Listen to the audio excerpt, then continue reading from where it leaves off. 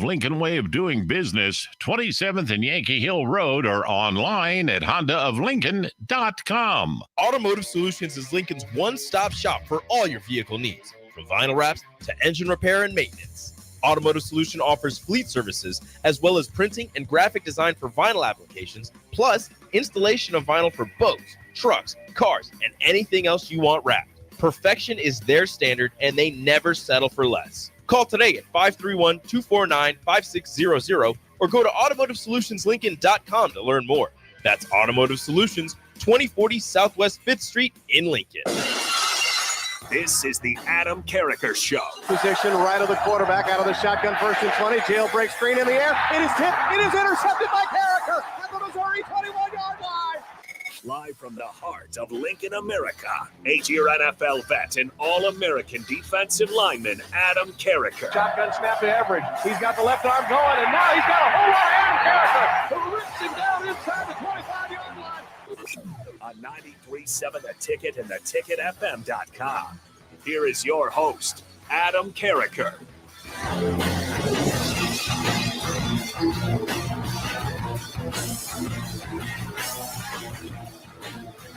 All right, everybody, welcome into a Friday edition of the Adam Carriker Show here on 93.7 The Ticket. If you don't know, you need to know. Here's what you need to know. Monday, Tuesday, Thursday, Friday, 4 days a week, noon to 1 p.m. Central Time. The Adam Carriker Show is live here in studio, 93.7 The Ticket, the show that gives you unique insights, unbridled honesty, and producer Jake and I have a whole lot of fun in the process. Today is absolutely loaded. We've got to get going. We've got 2 interviews. Philip Bland, I hadn't spoken with him, ladies and gentlemen, in 22 years since he was done playing at Nebraska. I just spoke with him on the phone for 20 minutes. He's going to join us at 12:25. Then Michael Severe is going to join us at 12:45. This man has been setting the airwaves ablaze, talking about Marcus Satterfield. Maybe they haven't allocated how they spent their money the best on certain position coaches.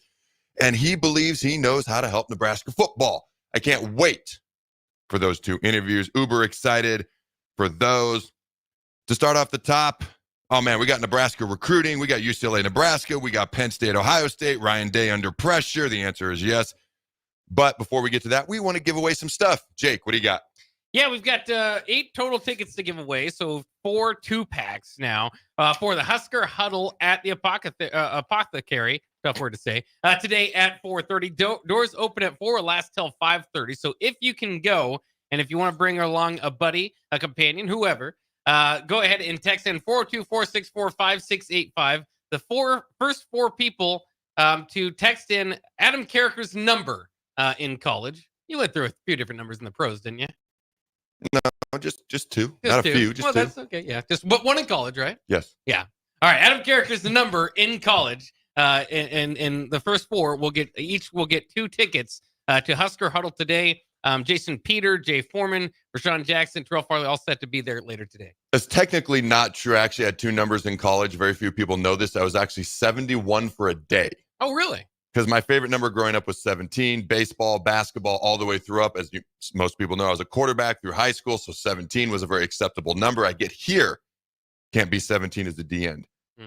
And then there were a lot of numbers were taken, and I really didn't want anything else. So I was like, you know what? I got the ingenious, stupid idea. Let's flip the numbers, and I'll be 71 for a day, which is like a bad offensive lineman number. I hated every second of it. I think all we did was testing, like the 300-yard shuttle, 40-yard dash, 20-yard agility, and I never wore it again. I went to the equipment manager. I said, Mr. Terry J, help me out. He said, I got 90. It's all I got. Sweet. So it worked out for the next 4.5 years. So it isn't. Give away the answer. Yeah, you did. But that's right. It is not 71 nor 17. And if you were listening, you now know the answer to the question. Text it in. All right, ladies and gentlemen, first off, happy birthday. Shout out to my daughter, Trinity. She's getting to skip school today. And if you have an issue with that, she has a 4.0, and the lowest grade she has is actually a 98%. So when she's like, Dad and Mom, I don't want to go to school today, I looked at the report card and I said, well, I hardly ever missed school, and mine didn't look this good, so I'm okay with it, and so was Mom. So happy birthday to Trinity. All right, we are going to talk Nebraska, UCLA, Ohio State, Penn State, things of that nature. Let's start off the top. Big recruiting weekend for Nebraska. Big visit list this Saturday. We got 4 3-stars in, 4 4-stars in, including running back Tyson Robinson. No, not Ty Robinson. Tyson Robinson, offensive lineman Mitchell Smith, 4-star DL Juju Marks. All right, tight end Chase Lofton, 5-star Booby Feaster. Okay, Feaster and Robinson are 2027 recruits. All right, 2026 is when you're looking at Mitchell Smith, the offensive lineman, wide receiver. I'm going to try to say this right. The Devarian Bonwell Witt. All right, Braden Williams and a couple other 3-stars as well. 2025 Chase Lofton, who's an FSU commit. If I get this correct, a 4-star, 6'6", 215-pound tight end out of Omaha from Nebraska. Chase Lofton, number 2 ranked player in the state of Nebraska, currently committed to Florida State. Florida State's not doing so great. There's a heavy thought that he's going to be flipping to the Huskers. Okay, it may just be a matter of time at this point is how a lot of people feel. And it's the only visit he's going to take at this point is to Lincoln. That seems to be a good sign as well. You look at the 2025 recruits, 4-star, number 8 defensive lineman in the country, number 84 overall prospect. Titan Davis is a guy to keep your eye on. Brain Bonner, 4-star, number 12 running back, number 20, 128 overall in the country. But we could possibly be getting a Bama flip as well. The rumor and innuendo are running wild, ladies and gentlemen. Dawson Merritt, 4-star linebacker, Alabama commit. Okay, he's the only player during the last bye week that Matt Rule visited. Okay, and if you listen to On3 national recruiting expert, all right, can't even read my own freaking writing here. But if you listen to On3 national recruiting experts, they heavily expect him to flip to Nebraska at some point. All right, a lot of recruiting things going on. So just an FYI, Nebraska's, their coaching staff, their goal is to get these guys on campus 3 times. And in all reality, 2025 is like 90 to 95% locked up, that recruiting class. They're focusing on 2026 with eyes down the road to 2027 recruits as well. But their goal is to get these guys on campus 3 times, once in the season, once in the winter/spring, and then once in the summer as well. And basically, Rule and his staff, they have had every single top commit or every single top recruit that you can find within the 500-mile radius within the Midwest. They've had them in.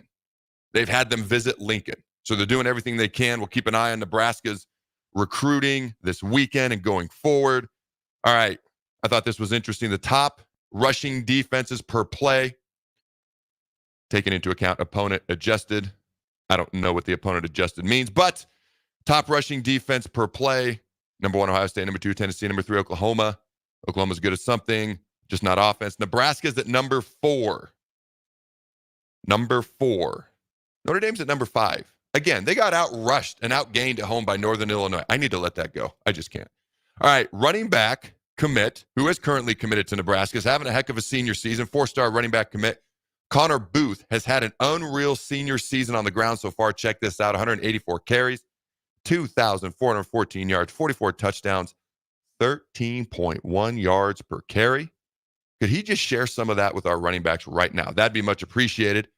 All right, he is averaging a touchdown on 1 out of every 4 carries. Just something to be excited about as you start to look down the road in the future. Now, I'm going to give my prediction here shortly. Nebraska, UCLA, it's a 1-score game. I'm predicting a 1-score game. I don't really care if we win by 1 or 1,000. As long as we win, I don't really care. My prediction does include a 1-score game. And I know people are going to love this, but most 1-score loss since 2018, a.k.a. the Frost Advisory. This was texted to me, just FYI. The school with the most is Nebraska at 30, Arkansas 23, California 23, North Carolina 23, Iowa State 22. So there's 4 schools tied for 2 through 5. Nebraska's kind of far and away number 1 with 30. But my point, and the reason I bring that up is I've got a 1-score game this weekend. And if you didn't know, I'm already taking Nebraska to win. I'll give you the exact score prediction here in just a minute. All right. See if I can give a couple of other things here real quick before we move on and give actual predictions. All right. This was at Husk Guys on Twitter. So shout out to him. Give him a follow. This is what he said. Nebraska has had 5 of its 19 completions on non-penalized plays gain fewer than 2 yards. Only 42 teams have had a higher rate of short completions in a game this season. During the season, 15.9% of Nebraska's completions have been for 2 or fewer yards. This is the 15th highest rate in the country. How is it not higher than that? All right, the screen passes are not working, and it is a dereliction of duty by Marcus Satterfield to keep calling them, end quote. That was at Husk Guys on Twitter. It was obviously his thoughts at the end, a lot of people's thoughts throughout, but I thought the stats were kind of interesting to say the least. All right, And here's an interesting stat when it comes to young quarterbacks in the NFL. Then we'll bring it back to the college ranks. When you think about guys that are drafted highly touted, highly recruited in the NFL now, young guys, playing quarterback is hard. People ask me, what's the toughest thing to do in pro sports? Play quarterback. Number 2, hit a freaking Major League Baseball. Even Deion Sanders, who played in the NFL and Major League Baseball, will tell you that baseball does funny things.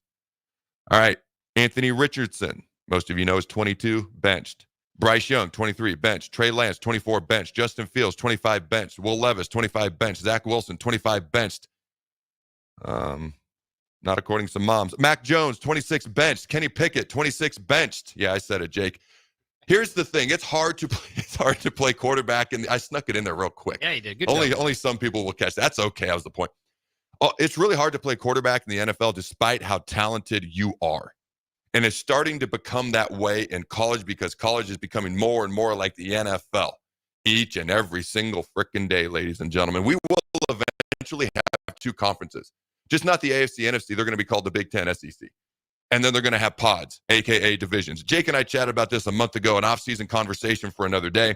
But I do predict that down the road. All right, ladies and gentlemen, Nebraska, UCLA. I'm trying to move quickly. This is a freaking loaded show. It always is. The Adam Carriker Show, the loaded show. All right. UCLA, Nebraska. UCLA looked by far their best. And I did a deep dive into the stats comparisons on yesterday's show here on the Adam Carriker Show. You can go back and check that out from yesterday.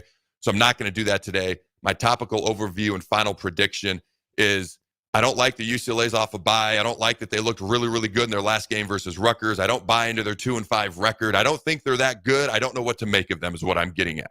I don't think they're that bad is what I'm saying. They're 2-5. They looked really good their last game. They're coming off a bye. They're getting better throughout the year. But I don't think they're as bad as their 2-5 record due to the competition that they played. And I don't know what to make of them. And that makes me nervous. We're a touchdown favorite. The over-under, I believe, is 41. At least it was last time I looked. So for me, if Nebraska goes out and wins by 2 scores, I could see that happening. I really could. I could also see a rear-end ugly game where people are like, what's going on? And as long as we win, I don't care. I've got 23-17, because we make field goals now, 23-17 in a game that might be uglier than people would like it to be. All I'm going to see is that 6th win. All right, ladies and gentlemen, Penn State, Ohio State. I know there's other college football games this weekend, but we're going to focus on the 2 that matter, Nebraska, UCLA, and then second of all, Ohio State, Penn State. Now, the question is, it was posed to me. So I'm going to talk about it here. Is who's got more pressure on him? James Franklin, Penn State's head coach, or Ryan Day, Ohio State's head coach? And I got to be honest, when I heard this, I was like, are you serious? Are you joking me? Like, it's not even close. It's Ryan Day. Now, I could see why James Franklin would have pressure on him because he never wins these games. So eventually people get tired of that, and then they come down on a coach. But what's one more loss to him at this point? It's already baked into what you expect from him. It's Ryan Day.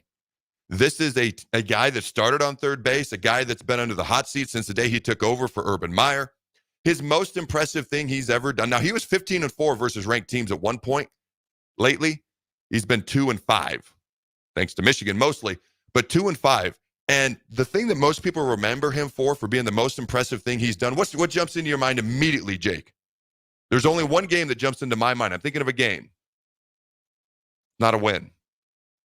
Their college football playoff loss versus Georgia. Oh, okay, yeah. Where they basically got dominated by Michigan. Hellfire and brimstone was coming their way, and they went out and they took Georgia to the wire. Really outplayed them. Really should have won. Did not. Georgia ends up, my God, they played TCU for some reason, the national champion. Chip, thank you for that, Michigan. Thanks for not showing up in the Fiesta Bowl, but I digress. The point is, it's Ohio State. They spent $24 million on this roster. They have the talent to win. They have more experience on this roster than Georgia and Texas and, yes, even Oregon. The big question mark was their quarterback. Well, guess what they couldn't count on last game? They couldn't count on against Oregon, they couldn't count on their defense, which I heard people call an NFL caliber defense before the season. I didn't completely disagree. They've got the 2 of the best running backs in the entire country. They couldn't run the ball in Nebraska. It's Will Howard's arm, of all things. And I know he's been chastised for the slide versus Oregon, which ran out the clock, et cetera, et cetera. And I know people were like, oh, he was down with a second to go. When's the last time you saw a clock stop immediately? Immediately. It always runs a 1 or 2 seconds off. Why is this all of a sudden news now? I digress. I'm not pro or anti-Ohio State in that conversation. I just don't get the big brouhaha over there should have been a second left. No, he slid with the second.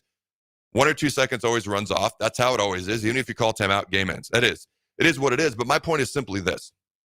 When it comes to Ohio State, Penn State, before the season, I would have easily picked Ohio State. I picked them to win a national title.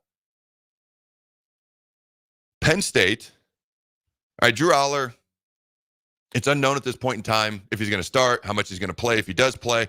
I'm actually going to maintain that Bo Pribula, again, I've said it all week, the sophomore who came in and played the second half versus Wisconsin and actually ignited Penn State's offense to 3 touchdowns. They scored 4 in the game, 3 under him in the second half. He does something with his legs that Drew doesn't, and I don't think Drew's an elite passer. So I don't think the passing disparity is that big of a difference, and I think he brings something with his legs that Drew does not. I would actually start Bo. I don't think many people see it that way, and that's fine. Basically what I'm saying is whoever starts at quarterback isn't that big a deal to me when I'm picking this game. The fact that their tight end, Tyler Warren, is really their only weapon, that scares me. And that makes me nervous. The fact that Ohio State's down to their 3rd string left tackle, their starter was going to be a 1st round pick or 2nd round at the latest. Now he's out. Then the backup guy goes out. Is he back this week? Do you know? I'm not sure. I'm not sure if they based off what Jamari Butler was doing to him. I don't know if they want him out there. Poor Jake. I just throw it to him randomly out of nowhere and expect him to know things. All right. At least I know the trivia challenge is coming. Bottom line, that left tackle spot makes me incredibly nervous. Penn State has a top 5, top 10 pick in Abdul Carter, rushing the passer, and then their other edge rusher, 5-star recruit, coming out of high school. That makes me nervous. That being said, Penn State is incapable of consistent big plays, and because of that, with very little to no confidence, I'm gonna predict Ohio State to win. What did I write down here? 24-21, which then I looked up the over-under was 46. So I guess I'm taking Penn State not to cover because they're favored by 3.5. 24-21 is my score prediction, and just in the under. All right. So those are my predictions for the day. Ryan Day is under a ton of pressure. You spend $24 million. You have everything built around you that's been built around you. I think he's a good coach, but is he an elite coach? Is he that coach that's going to win a championship? You lose 2 games before November. Hellfire and Brimstone's coming his way. And honestly, I'm rooting for him. I really am, actually, just to be clear. But I couldn't believe when I was asked by a couple of people, who's got more pressure on him? I'm like, I don't even think this is close. It's Ryan Day, in my humble opinion. I could be wrong. Let me know in the text line. What's that number, Jake? 424-645-685. All right, ladies and gentlemen, don't go anywhere. When we come back, I'll be joined by former Blackshirt, former Husker, one of my former teammates, Mr. Philip Bland. Don't go anywhere. We'll be right back. Hi, Sean Callahan here for Coppell Chevrolet GMC, and we want to thank all of our customers for a great September. And now it's time for our annual Halloween sales event happening right now at Coppell. Get 0% financing at Coppell. You heard right, 0% financing on select new models. Also, huge discounts up to $11,500 are available. It's our annual Halloween sales event. Get $11,500 off or 0% financing at Coppell. So please stop on by or check us out online at CoppellCars.com. You'll be glad you did 0% with roof credit. If you're a homeowner or a business owner, you have a lot of projects, and no one has an unlimited budget or time. Sunbelt Rentals makes all jobs less stressful with no need to purchase large equipment or hire a crew. You can do it yourself with rentals and everything from aerators and power rakes for spring yard work to stump grinders, concrete mixers, tile saws, and more. Check out their inventory in Lincoln, north of Cornhusker Highway on 56th Street, or online at sunbeltrentals.com. Perch Merch is your one-stop shop for all your printing and promotional needs in Lincoln, Nebraska. They specialize in screen printing, embroidery, vehicle wraps, window wraps, print collateral, promotional products, and signage. At Perch Merch, they are committed to delivering high-quality products and exceptional customer service. Their experienced team of designers and printing professionals will work with you every step of the way to ensure that your vision is realized. Call for a quote today at 402-217-5212 or go to perch-merch.com. It's the fall sports season, and that means that the school year is back in session and you're planning road trips for Nebraska football games and following your kids around to their different events. Stop telling yourself you'll upgrade your car someday and do it now. Mullen Motors Lot is full of great vehicles to take home so you don't have to worry about your current car struggling through another season. Come check out their lot just north of 48th and Lake and find your next ride. As your fall schedule gets busy, you'll need a reliable way to get to your destinations. Mullen Motors. No taglines, just quality vehicles. Mullen Motors. When your home fills up with family, Allo Fiber makes sure that space is a happy place for everyone. Allo Fiber experts install it all, and full service means step-by-step support, guiding you through everything so you can stay connected to what matters, and the family can always feel at home. Put the game on, and don't worry about your Wi-Fi calling a timeout. Better TV and internet service is one connection away. Call Allo at 866-481-2556 or visit allofiber.com. The McKinney's Irish Pub in the Haymarket is your place for English Premier League soccer. On Saturday, Arsenal plays Newcastle at 7:30 a.m., followed by Liverpool taking on Brighton at 10 a.m. To cap off Saturday action, Crystal Palace takes on Wolves at 12:30. On Sunday, Tottenham plays Aston Villa at 8 a.m., followed by Man United taking on Chelsea at 10:30 a.m. You can catch all these matches and more at the McKinney's Irish Pub, your headquarters in Lincoln for English Premier League soccer at 8th and P.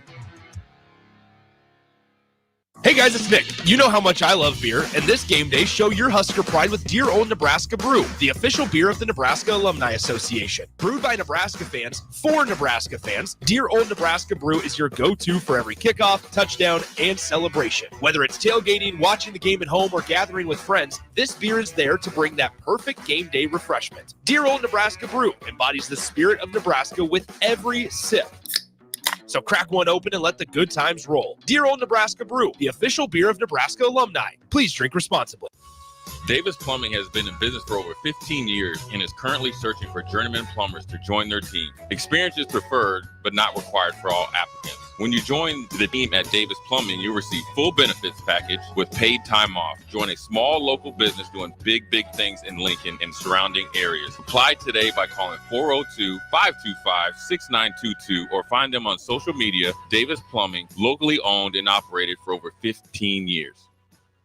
If you're in Seward or Milford, listen up. Select Plumbing is now servicing your area with no trip charges from Lincoln. Select Plumbing works on a variety of issues for your home and business, including general plumbing, water heaters, faucet and fixture repair, underground sewer and water repairs, backflow testing, and more. Keep your property free from leaks and other issues. Call today for a free estimate, 402-560-6197. It's not just Lincoln, Waverly, and the surrounding area anymore. It's also Seward and Milford with no trip charges. Contact Select Plumbing to inquire at 402-560-6197.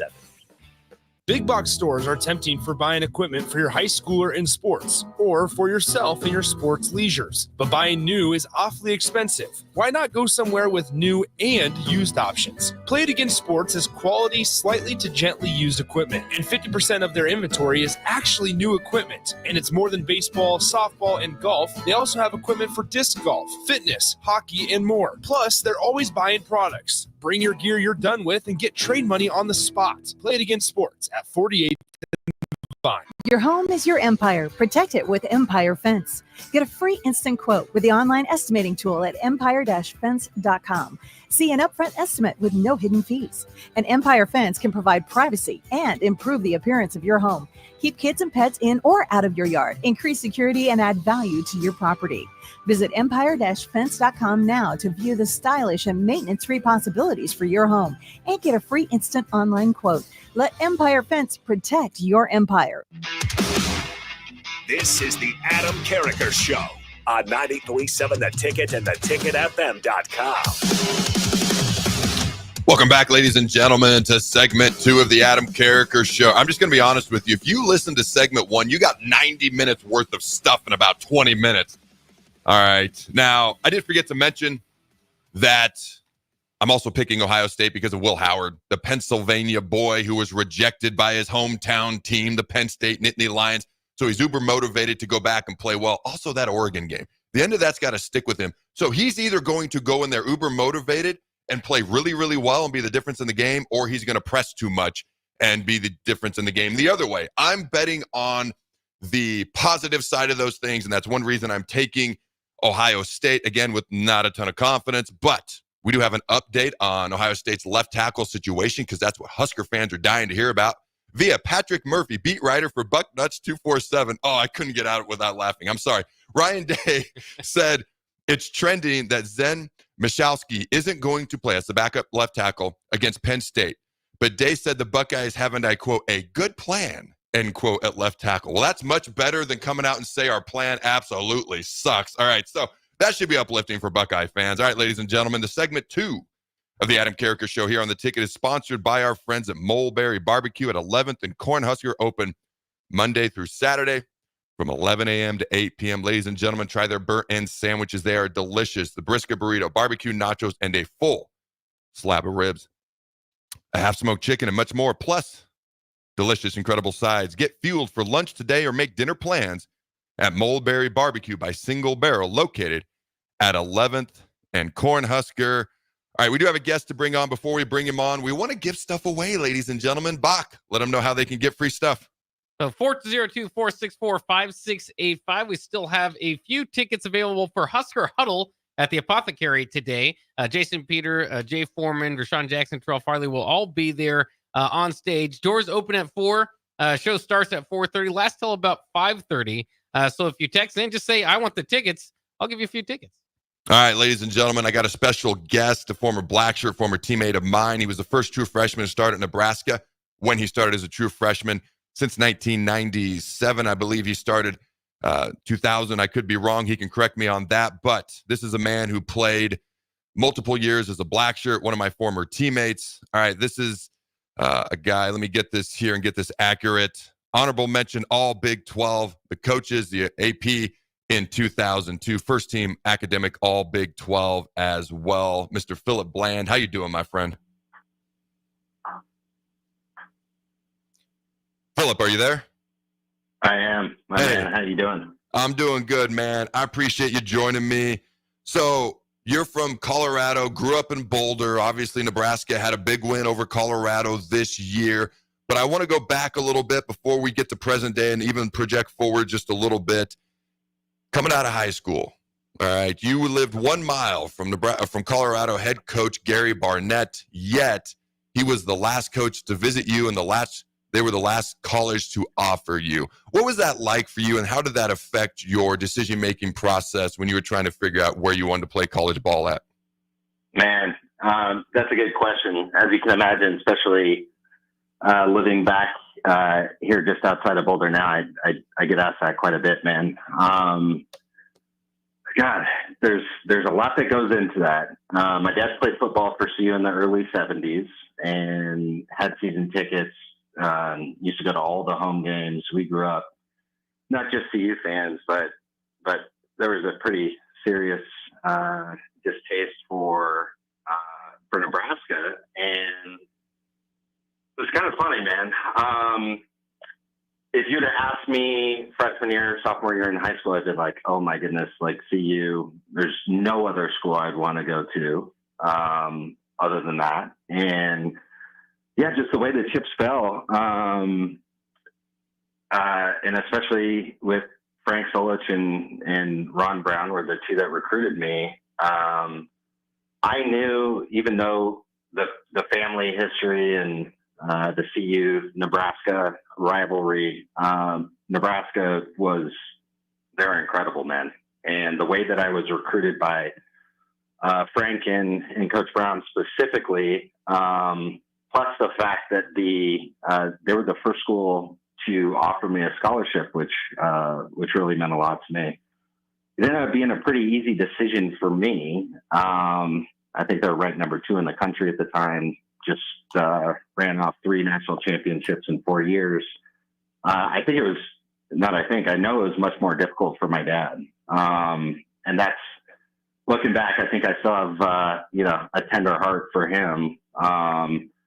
Knowing that he drove out from my true freshman year on to every single home game in Lincoln and never wore one thing that said Nebraska on it, which I actually really respect. But that just goes to show what it was like growing up in Boulder and playing for, the famous, iconic CU coach Bill McCartney's son, Tom, who's still the head coach at Fairview.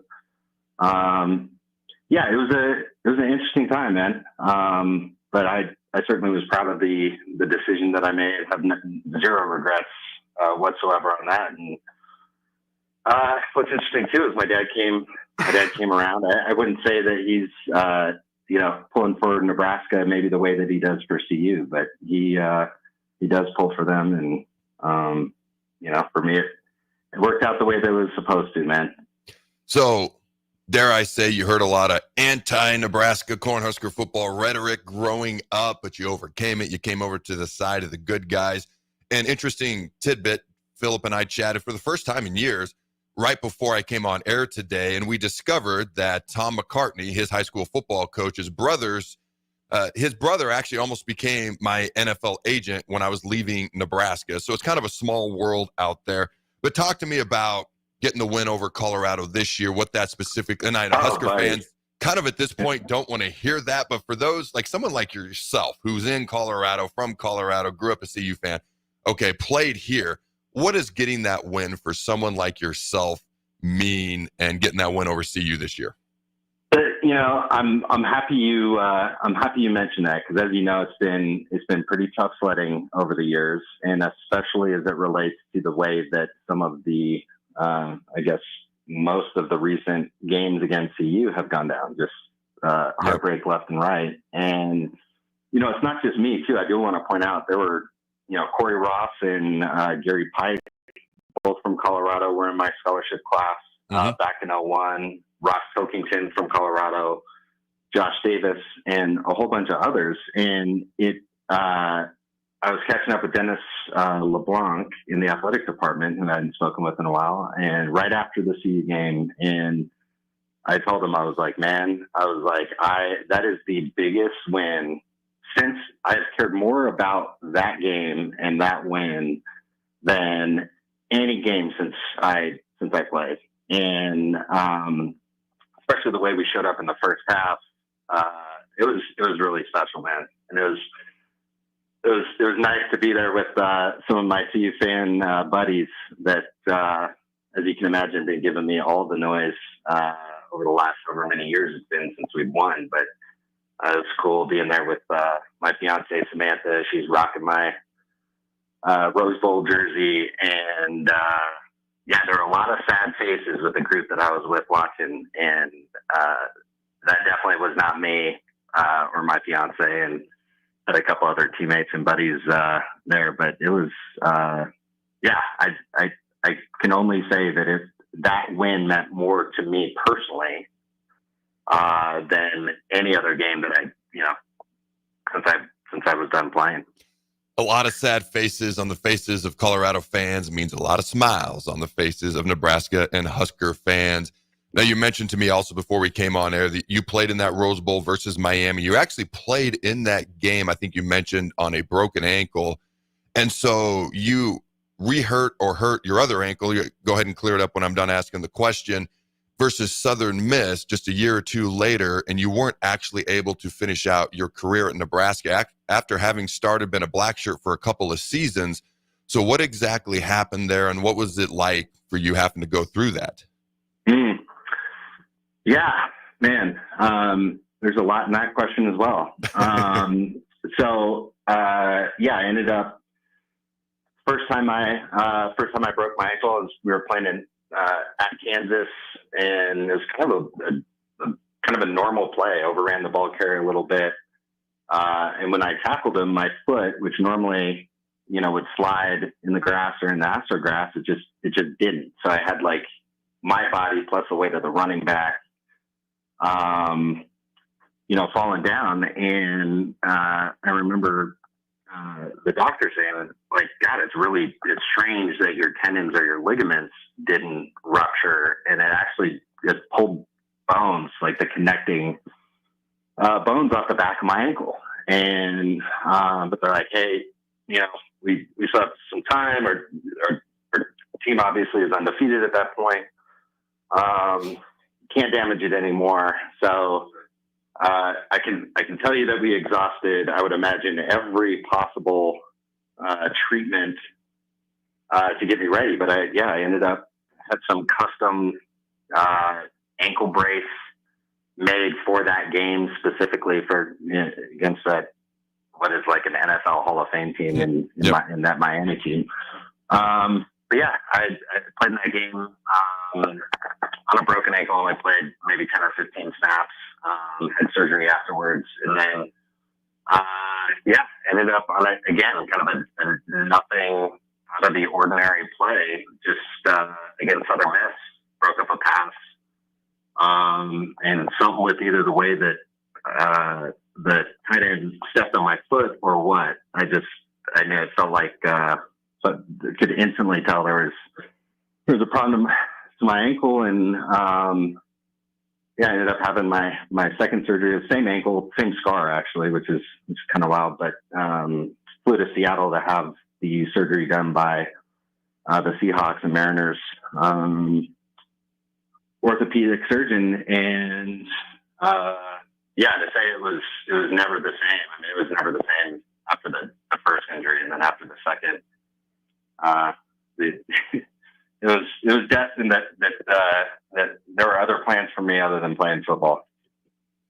So basically about midway or early on in your junior year, unfortunately, it was kind of the end of everything. And, I can relate to a certain degree with my knee and how things ended in the NFL for me. So what was that process like after that? Obviously, whole new staff comes in, new coach, you started as a true freshman. Colorado didn't, thought of you last minute, yet you come here to a better program and team at the time, and you start as a true freshman. Yep. You put your heart and soul into it. Then here comes a new staff with Callahan, a new DB's coach. What was that whole process like as well for you?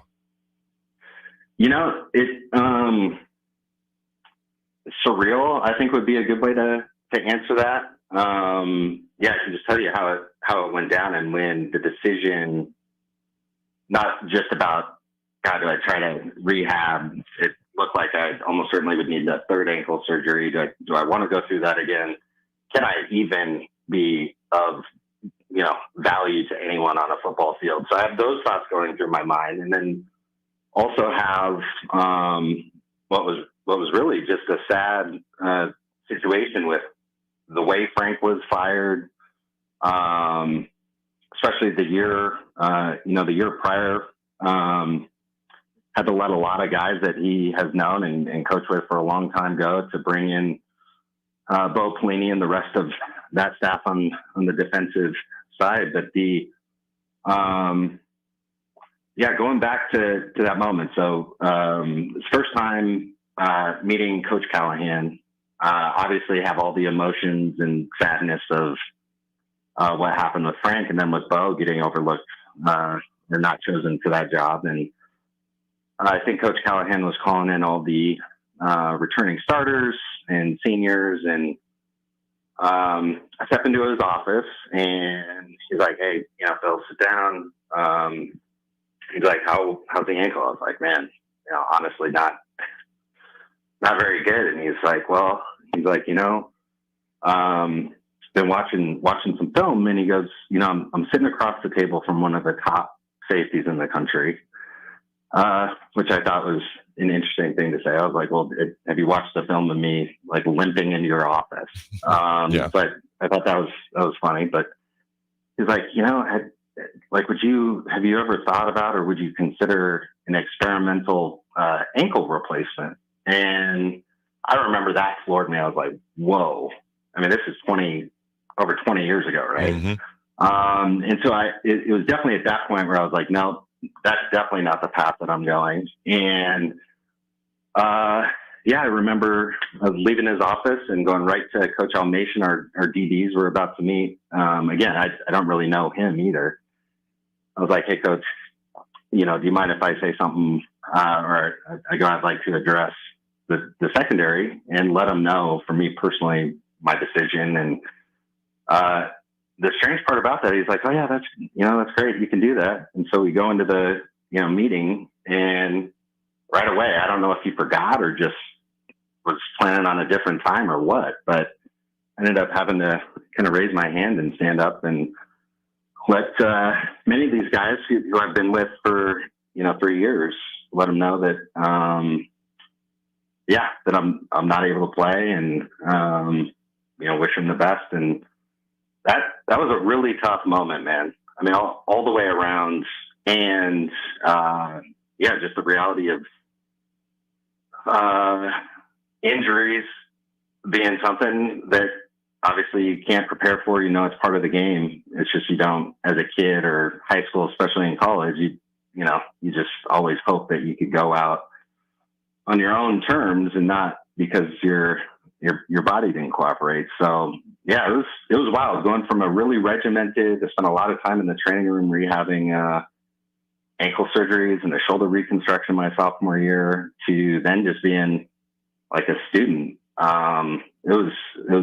It was wild, man, and something that I miss. Yeah, I know when we were catching up that missing the camaraderie, and even if I was in a booth, like I feel like I spent half my career in a booth, but just being there with the guys and being part of that, going from that just being your everyday life to now all of a sudden you go to class and graduate and move on with your life was a pretty wild experience, man.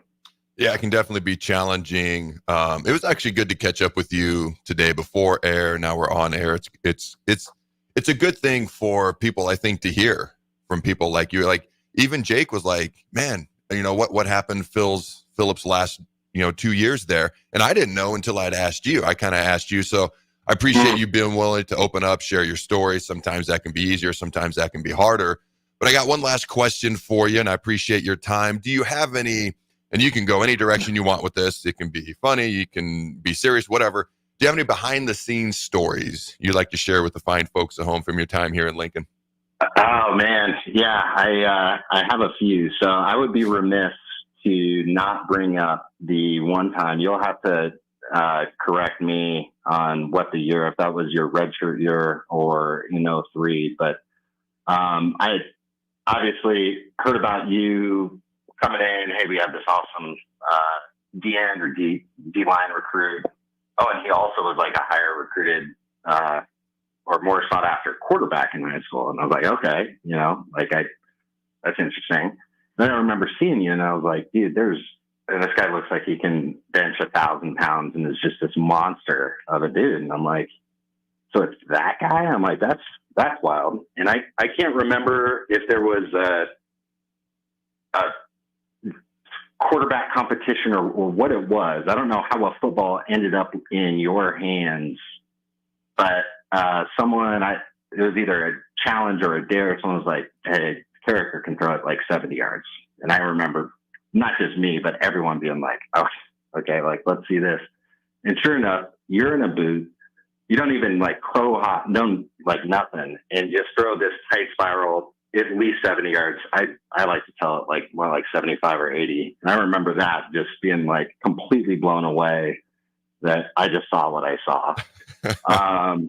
So yeah, that's one of those memories, especially when I think of you, that is the first that comes to mind. And then, a few others, like I played with just some insane athletes. Mm-hmm. And Keo Craver, who he was gone before you got there, but he was a phenomenal corner. I remember one day I just look over. We're just in helmets and no pads on, and I look over and there's some dude doing back handspring over and over and over and over again, and then a full complete like layout backflip. Like you'd see from like an Olympic gymnast or something. Mm-hmm. And sure enough, it was Keo. I remember looking at that. I'm like, dude, that's a different kind of level of athleticism. Yeah, I could go on with more stories like that, but I would say those are two definitely of the most that stick out. Oh man, I appreciate your time. Yeah, we just had Keo on either a week or two. He had some great insights on the secondary. Yeah. I appreciate you coming on. For the story about me throwing, Joe Daly was talking trash. That's how that started. He did not end up on top of that competition. And he did not, man. Just because it's made me mad. I could never reach 85 yards. It was 84. That's how I know it was specifically 84, because I can never reach 85. Anyways, I appreciate you taking the time to join me. And dude, let's keep in contact. I'm looking forward to it, man. Thanks again for having me on. All right. Don't go anywhere, ladies and gentlemen. We'll be right back. Hi, this is Investigator Joe Villamonte with the Lincoln Police Union, asking you to vote for Carolyn Bosin for legislator. As a prosecutor, Carolyn Bosin has always supported law enforcement to keep our community safe. Carolyn Bosin has the experience we need. Carolyn Boslin is the only choice for legislator to keep our community safe. Join the law enforcement community in voting to keep our community safe. Vote Carolyn Boslin on November 5th. Paid for by Boslin for Legislature. All right, Rico, let's do the final checklist before we head out. We have a lot of people coming to the tailgate today. I'm ready. Burgers? Check. Chips? Check. Icy cold beer? Check. Except this one. I'm forgetting something. Wait a second. Where's the Führer's cheese spread? I can't stop eating it. Rico, relax. I always pack extra. It's the biggest hit of the tailgate. For the best appetizer, party dip, and tailgate snack, load up on Führer's cheese spread today in most local grocery stores. It's the fall sports season, and that means that the school year is back in session and you're planning road trips for Nebraska football games and following your kids around to their different events. Stop telling yourself you'll upgrade your car someday and do it now. Mullen Motors lot is full of great vehicles to take home so you don't have to worry about your current car struggling through another season. Come check out their lot just north of 48th and Lake and find your next ride. As your fall schedule gets busy, you'll need a reliable way to get to your destinations. Mullen Motors. No taglines, just quality vehicles. Mullen Motors. When your home fills up with family, Allo Fiber makes sure that space is a happy place for everyone. Allo Fiber experts install it all. And full service means step-by-step support, guiding you through everything so you can stay connected to what matters. And the family can always feel at home. Put the game on, and don't worry about your Wi-Fi calling a timeout. Better TV and internet service is one connection away. Call Allo at 866-481-2556 or visit allofiber.com. Rosie Sports Bar and Grill, open for lunch and dinner at 1501 Center Park Road. Hey Husker Nation, this is Todd Euler, two-time national champion, here to talk to you about Window World Lincoln. At Window World, we specialize in replacement windows, doors, siding, and roofing. Whether you're looking to enhance the beauty of your home or increase its energy efficiency, we've got you covered. And here's the best part, we offer the best for less. Our team is dedicated to providing top quality products and exceptional service at affordable prices. We want to earn your business and make your home improvement dreams a reality. So why wait? Contact Window World Lincoln today at 464-7313 or visit our website at windowworldlincoln.com. Window World Lincoln, where quality meets affordability. The electrical workers of local Union 265 are now hiring licensed journeyman electricians from $32.50 to $42.50 per hour with paid benefits. And if you're looking for a new career, they're hiring apprentices at $19.50 per hour with paid benefits. Call the office at 402-423-4497 to apply. Start your electrical career today. If you're in Seward or Milford, listen up. Select Plumbing is now servicing your area with no trip charges from Lincoln. Select Plumbing works on a variety of issues for your home and business, including general plumbing, water heaters, faucet and fixture repair, underground sewer and water repairs, backflow testing, and more. Keep your property free from leaks and other issues. Call today for a free estimate, 402-560-6197. It's not just Lincoln, Waverly, and the surrounding area anymore. It's also Seward and Milford with no trip charges. Contact Select Plumbing to inquire at 402-560-6197. You can help fight deadly diseases like RSV and influenza while getting paid for your time. Velocity Clinical Research is now seeking clinical trial participants in your area. Participants can receive compensation for study-related time. No health insurance is needed to join. Find a study near you at velocitytrials.com. That's velocitytrials.com.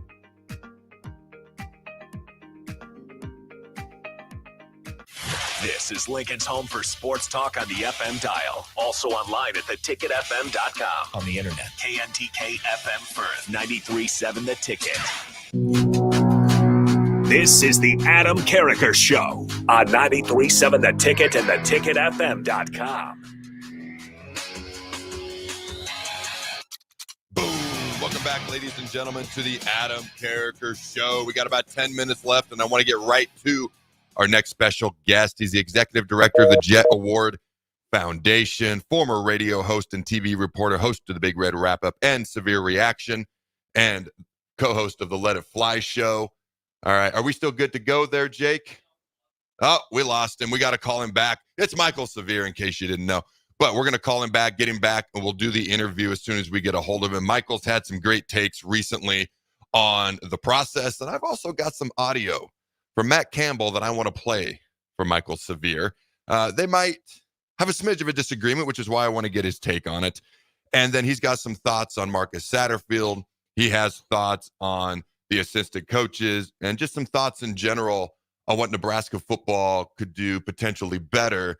Just give me the old thumbs up there, Jake, whenever we've got him. We're going to give Michael a call really quick. In the meantime, you can check out all things The Ticket at theticketfm.com. Also, Carriker Chronicles at carrikerchronicles.com. But at this time, we're going to bring on my friend Michael here. How you doing, my friend? I'm good, Adam. How's everything going, man? Big game tomorrow. Dude, it's great. We're either going to be thrilled and bowl eligible or pissed, and it's going to be a long 2 weeks. I'm rooting for thrilled and bowl eligible heading in with some momentum into the bye week. But you've had a lot of great takes. Like, you've been covering Nebraska football for a long time. Okay, but I've heard some of the stuff you said recently, and I find it even more interesting. And so, question, your thoughts on Marcus Satterfield, the offensive coordinator in general?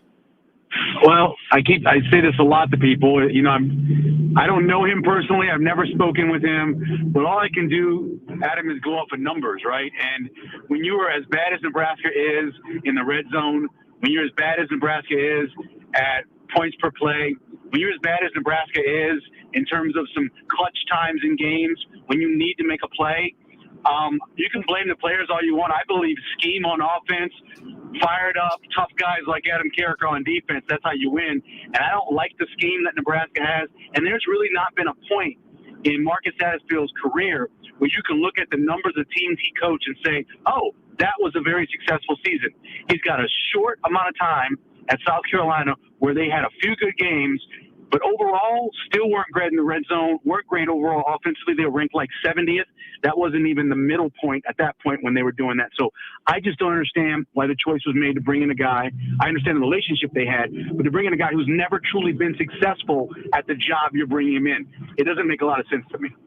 So I'm curious, talking schematically, what do you see that you're not so crazy about? What do you would your thoughts be? Maybe they could do something different to be more effective in the red zone and in general on offense. Well, you know the key to the red zone. It's being able to run the ball with success.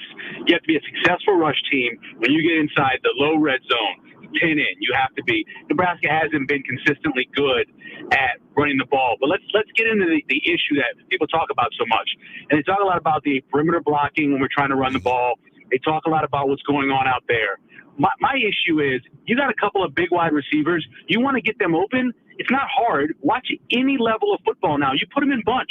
You put a 3-person bunch there. You know you can't man then because you'll pick yourself if you try to do that.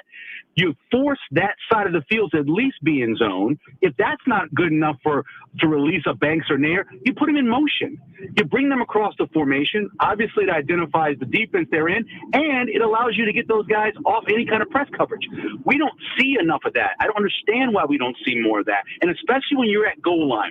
The hardest thing for defenses to stop currently in the NFL, in college, is bunch sets in the goal line. Now, you got to have a quarterback you're confident in throwing the ball. I believe they have that. But you put those guys in bunch and you're having free releases, it's so hard for the defense to be able to figure it out. I don't see enough of that.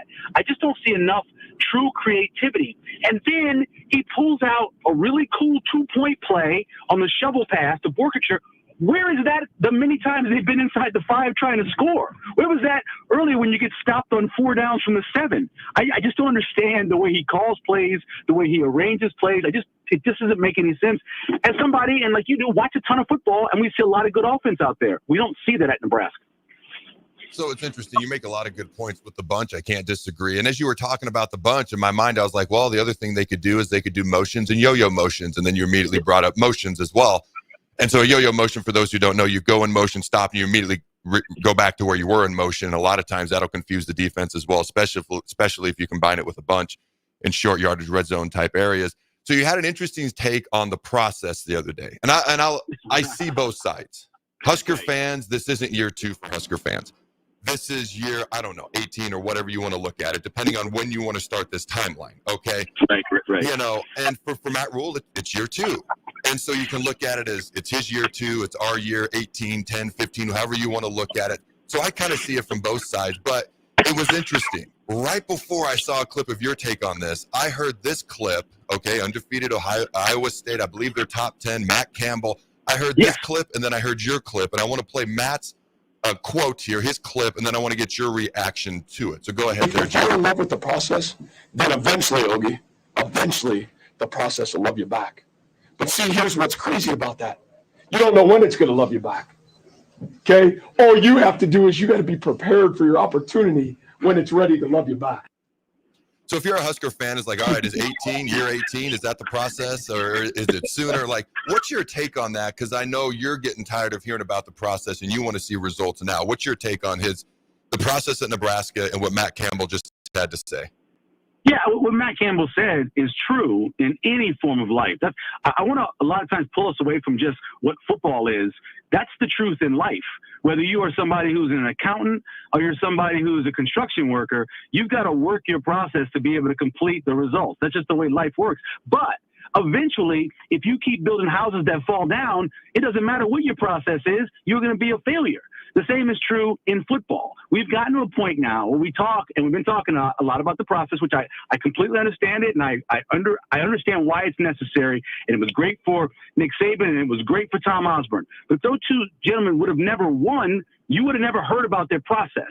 We've got to get to the point now where we need results. When I said that and they put it out, whatever station, I got so many DMs from people going, I know. I keep waiting and I keep paying my money and I keep going to games and I keep cheering. But when am I going to actually get some joy? When am I going to get a situation when I'm not talking national championships? I'm talking about winning to go to a bowl game. I'm talking about contending in the Big Ten at some point in the season. I'm talking about just being happy with your football team. The process is wonderful. I'm sorry, Matt Rule, it's only your second year. I really am. I wish you would have been hired when Coach Riley was hired, because back then, I think it would have been fine talking about it the way he is. Now people just want to see winning. People just want to see progress. And you know what they really want to see? Good offense. And what we haven't seen is good offense, and that goes back to the guy he hired as offensive coordinator. All right, so we got 4 games left. Yeah. Talking about competing now. Obviously, we win Saturday. We're bowl eligible. That takes care of bowl eligibility. But these last 4 games, in your mind, as far as having success now and what would be acceptable, how many of these games do they need to win? Let me first say that they can win them all. They really can. Mm-hmm. They're good enough to do that. When they're playing at their best, the way they played last Saturday, they could win them all. There's no doubt in my mind. But, I mean, the most obvious are the home games. You beat UCLA, a team that, my God, you are so matched up for this team. You know, everything that Nebraska does well, they don't do well. The things that Nebraska may struggle at, they don't. They can't run the ball. Nebraska doesn't worry about stopping the run. They run the ball for 2.75 yards a carry. And then when it comes to Wisconsin, I don't know how much I believe in Wisconsin. They've gotten better playing the bottom of the Big Ten. Does that mean they're a good team? I really don't know. So the 2 home games are the ones that make the most sense. If they walk out of here at 7-5, I think most of us will go, that's a successful season. You don't want to lose Iowa. I understand that. But if they go 7-5, I think that's pretty successful. Yeah, I'd agree with that. And it's interesting. I don't know if I've ever shared this on air, and then I want to get your final score prediction for tomorrow versus UCLA. But you used to do a show years ago. I apologize, the name escapes me, but you had me come on one day and do it was a 4-hour show in Omaha, and I came on for the first hour or 2, and it started at 8. And I was like, I got there at 6:30 or 7, and you'd been there. I was like, what time did you get here? And you're like, I got here at 4. I'm like, is that when you get here every day? You got there at 4 a.m. every day and 4 hours of prep for a 4-hour show every day. So I've never forgotten that. You're the consummate professional. All right, my man, what is your score prediction, Nebraska, UCLA, for tomorrow? Computer-wise, with my little formula I have, I think Nebraska wins by 14 points. I just kind of added in the struggles Nebraska has in the red zone. I'm going 27-16 for Nebraska. It's a double-digit win, kind of where the line originally opened at 10.5. I think Nebraska gets out early. They hit some deep balls against this porous defense. You contain their running game. You make Ethan Garbers beat you. He turns the ball over a lot. I think Nebraska can take the ball away. I got 27-16. I'd be pretty happy with that. I appreciate you taking the time to join me, Michael. Thank you. No problem. Thanks, Adam. All right, have a great weekend, Husker Nation. Let's get the dub tomorrow on Saturday. And until Monday, go Big Red Nose. Remember to throw the ball.